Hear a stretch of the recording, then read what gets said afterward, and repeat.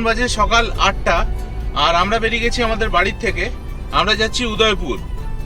উদয়পুর হলো পশ্চিমবঙ্গ আর উড়িষ্যা বর্ডারে, দীঘার ঠিক পরেই। আমরা উঠে গেছি এখন বেলঘড়িয়া এক্সপ্রেসওয়েতে। এখান দিয়ে আমরা নিবেদিতা সেতু হয়ে সোজা চলে যাব, তারপরে কোলাঘাটার দিকে বেঁকে যাব। এই উঠে গেলাম আমরা নিবেদিতা সেতুতে।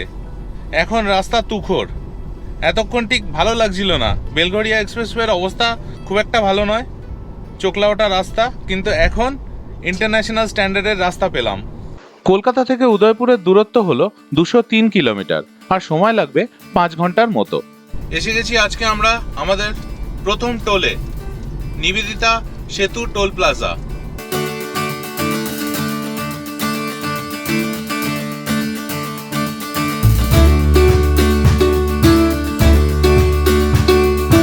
এই সামনের ওয়াই জাংশনটা থেকে আমরা বাঁদিকে চলে যাব। বাঁদিকটা হচ্ছে খড়গপুরের দিকে যাচ্ছে, আর সোজা চলে গেলে বর্ধমান, দুর্গাপুর, আসানসোল, মানে দিল্লি রোড। এই আমরা এদিকে বাঁদিকে ঘুরে গেলাম, মানে কোলাঘাট, খড়গপুর।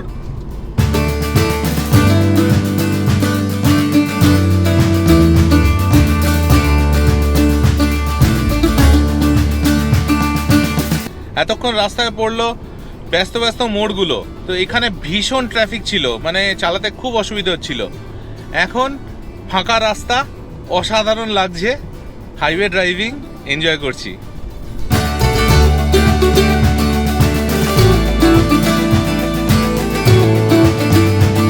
এই রাস্তাটায় আজকে মারাত্মক ট্রাফিক, মানে বুঝতে পারছি না আজকে ছুটির দিন বলে এত ট্রাফিক নাকি এটা নর্মাল।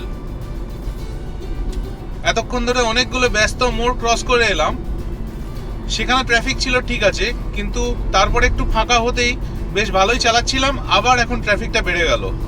আমার মনে হয় এটা কোলাঘাট অবধি এরকমই চলবে। আপনাদের কাছে আমার একটা ছোট্ট রিকোয়েস্ট, যদি আপনাদের এই ভিডিওটা ভালো লাগে তাহলে প্লিজ আমার চ্যানেল ট্রাভেল উইথ ট্যাগস অবশ্যই সাবস্ক্রাইব করবেন, কারণ এটা আমার চ্যানেলটাকে গ্রো করতে ভীষণভাবে সাহায্য করবে। আমরা এখন কোলাঘাট ঢুকছি। এই কোলাঘাটের ব্রিজটা টপকাচ্ছি, এখন ব্রিজটার ওপর দিয়ে যাচ্ছি। বাঁ হাতে হচ্ছে রেল লাইন, আর আমরা এই ব্রিজটা দিয়ে কোলাঘাটের দিকে যাচ্ছি।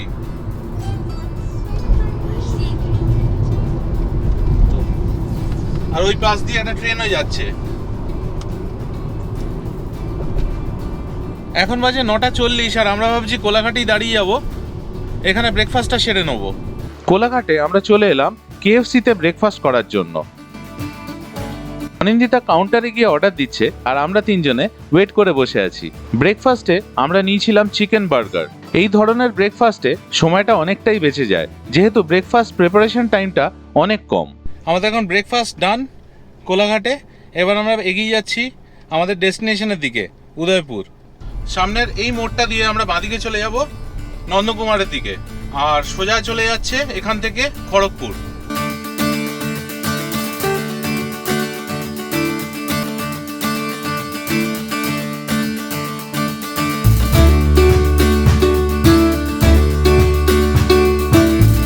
এখন আমরা নন্দকুমারের দিকে যাচ্ছি।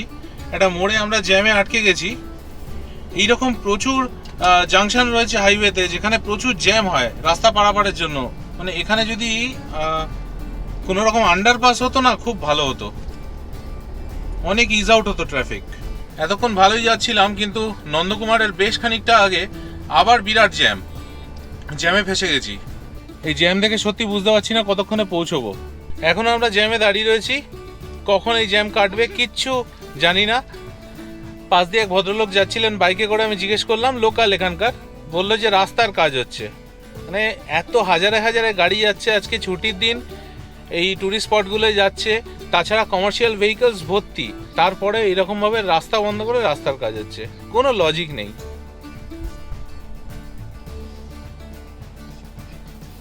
এই যে এখানে এখন কাজ হচ্ছে, সব গাড়িগুলোকে ওইদিকে ঘুরিয়ে দিচ্ছে।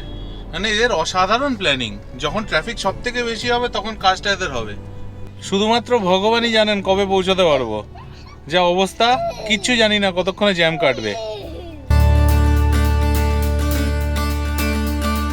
যখন হাইওয়ে দিয়ে চালাচ্ছিলাম গাড়ির মাইলেজ উঠে গেছিল 22.5, এখন সেটা নেমে এসে দাঁড়িয়েছে 18.8 কিলোমিটার পার লিটার। এখন জ্যামটা কাটলো, এখন আমরা নিজেদের সাইডে চলে এলাম। রাস্তায় এখন খুবই ভালো, দেখি কত তাড়াতাড়ি পৌঁছানো যায়, কিন্তু অলরেডি 1 ঘন্টা নষ্ট করিয়ে দিয়েছে এইখানে এই জ্যামে। আমরা এবার পৌঁছে গেছি নন্দকুমার। এই রাউন্ড অ্যাবাউট থেকে সোজা চলে যাচ্ছে হলদিয়া, আমরা ডান দিকে ঘুরে যাব কাঁথির দিকে। আগেরবার যখন তাজপুর যাচ্ছিলাম তখন এই ফ্লাইওভারটার কাজ চলছিল, এখন এটা কমপ্লিট হয়নি, তো আমাদের নিচ দিয়েই যেতে হবে। এখনো পর্যন্ত আমাদের লাস্ট টোল চলে গেছে নন্দকুমারের আগে, কিন্তু এই টোলটা এখনো আন্ডার কনস্ট্রাকশন। এটা শুরু হলে দীঘার পথে লাস্ট টোল এটাই হবে।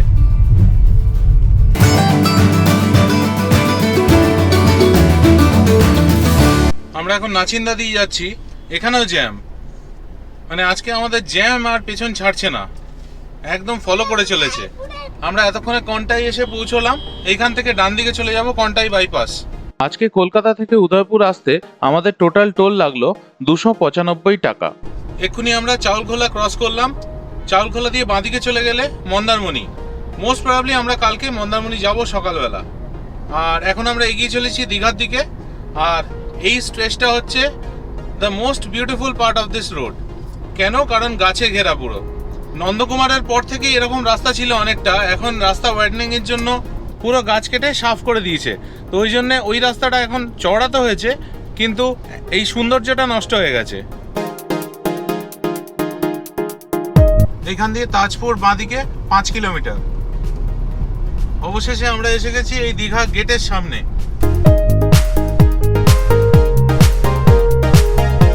দীঘা গেটটা ক্রস করার পর আমরা ডান দিকে বেঁকে গেলাম। এটা বেসিক্যালি দীঘা বাইপাস, এখান দিয়ে আমরা চলে যাচ্ছি। আর দীঘার সমুদ্র সৈকতের পাশ দিয়ে যে রাস্তাটা আছে সেটা দিয়েও যাওয়া যায়। ইনফ্যাক্ট দুটো রাস্তা আছে, কিন্তু আমরা এটা চুজ করলাম, এটা একটু টাইম সেভ করবে। এসে পড়লাম ওয়েস্ট বেঙ্গল ফিশারিজ ডিপার্টমেন্টের ওশিয়ানা গেস্ট হাউস কমপ্লেক্স 1-এ। এখন বাজে 2:40 আর আমরা এসে পৌঁছলাম ওশিয়ানা গেস্ট হাউস কমপ্লেক্স 1, যেটা উদয়পুরে। তো আমাদের অ্যাকচুয়ালি এখানে আসার কথা ছিল 12:30টার মধ্যে ঢুকে যাওয়ার কথা ছিল, কিন্তু আমাদের এত জ্যাম ফেস করতে হয়েছে রাস্তায় যে আমাদের আস্তে আস্তে 2:40 হয়ে গেল। এই ওশিয়ানা গেস্ট হাউস বুক করা যায় ওয়েস্ট বেঙ্গল ফিশারিজের ওয়েবসাইট থেকে।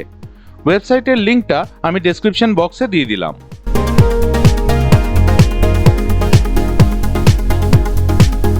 দীঘার ভিড়ভাট্টার থেকে যারা দূরে থাকতে চান তাদের জন্য কিন্তু এই স্পটটা, এই উদয়পুরের ওশিয়ানা, খুব ভালো একটা অপশান হতে পারে। কারণ এটা দীঘার থেকে বেশ দূরে উদয়পুরে, এবং এখানে পুরো নির্জন, ফাঁকা, কোনো ভিড়ভাট্টা নেই। আর এখান থেকে একটু হাঁটলেই উদয়পুর সি বিচ। আর এখানে রুমগুলো ফ্যান্টাস্টিক, একদম মডার্ন ফেসিলিটিস রয়েছে সব কটা রুমে। আপনাদের রুমগুলো দেখাচ্ছি।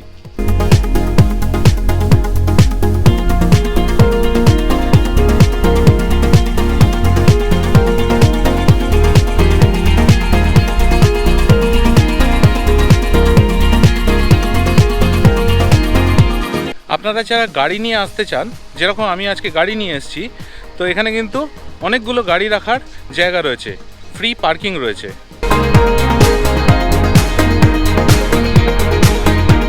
এদের পুরো ক্যাম্পাসের মধ্যে ফ্রি ওয়াইফাই আছে, তবে সেটা এখনও আমি কানেক্ট করে দেখিনি। তো যখন কানেক্ট করব স্পিডের ব্যাপারে আপনাদের বলে দেবো। আর গতকাল আমাদের এখান থেকে ফোন করা হয়েছিল আজকে বুকিং আছে বলে, লাঞ্চের অর্ডার নিয়ে নিয়েছিল। আমরা এখন গিয়ে লাঞ্চটা করব, তারপরে আপনাদের জানাবো লাঞ্চটা কীরকম। এগিয়ে চললাম ক্যান্টিনের দিকে। এখানে খাবারের কোয়ালিটি খুবই ভালো, টেস্ট অসাধারণ, আর প্রাইস খুবই রিজনেবল।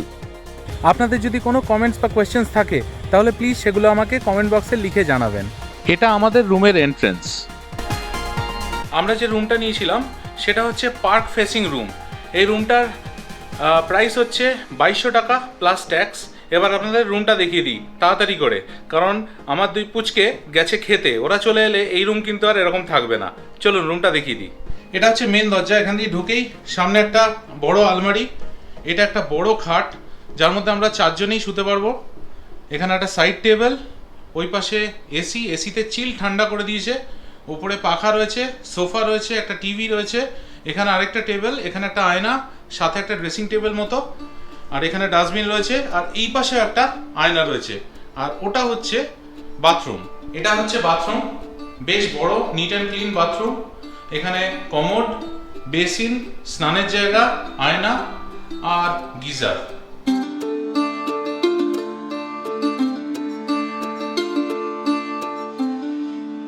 আমাদের দুই এক্সপ্লোরার এগিয়ে চলেছে, একজন সামনে আর একজন পেছনে লেডিস ব্যাগ নিয়ে। টিনটিন খুব দুষ্টুমি করছিল, তাই আমি ওকে গল্প দিয়েছি এই পুকুরে কুমির আছে, এখন একটু শান্ত হয়ে গেছে। তবে আপনারা কিন্তু ভয় পাবেন না, কোনো কুমির টুমির নেই, খুবই সুন্দর জায়গা।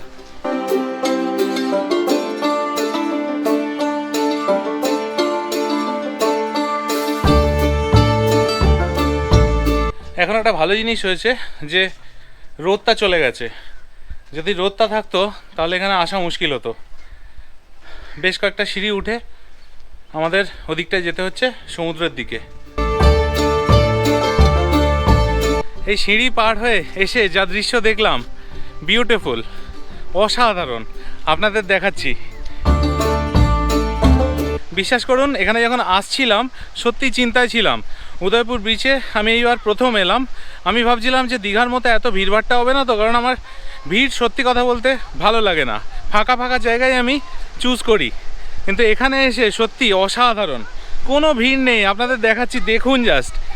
অবশ্যই একবার কিন্তু এখানে আসবেন এবং ওশিয়ানাতে থাকবেন।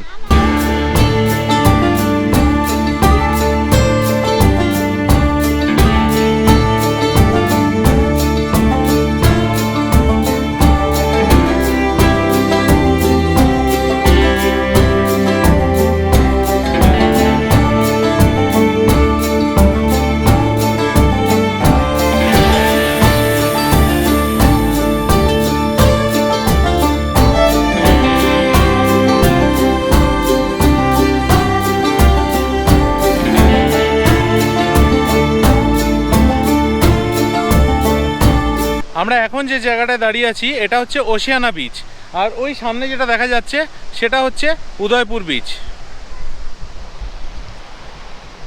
ওই দূরে হচ্ছে উদয়পুর বিচ।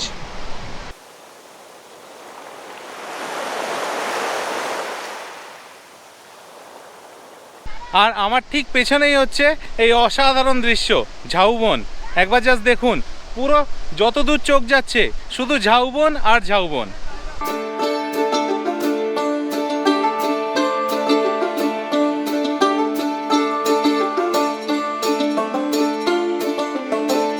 এই ওশিয়ানা বিচটা কিন্তু খুব পরিষ্কার পরিচ্ছন্ন, মানে এক ফোঁটা নোংরা নেই, খুব ভালোভাবে নিট অ্যান্ড ক্লিনভাবে রাখা হয়েছে। মানে যারা এটার মেনটেনেন্সে আছেন খুব ভালো কাজ করছেন।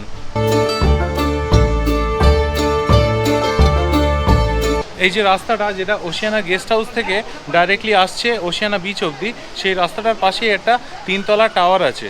এখন আমরা ওটার ওপর উঠে এসেছি, কারণ বাইরে মুষলধারে বৃষ্টি পড়ছে। আর এখান থেকে ভিউটা কীরকম আপনাদের দেখাচ্ছি।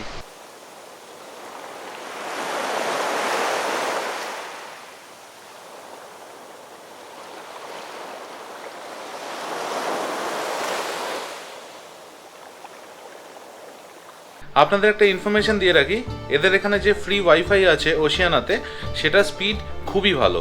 দুপুরে বৃষ্টিটা থামার পরেই আমরা সকলে রুমের সামনে পার্কে এলাম।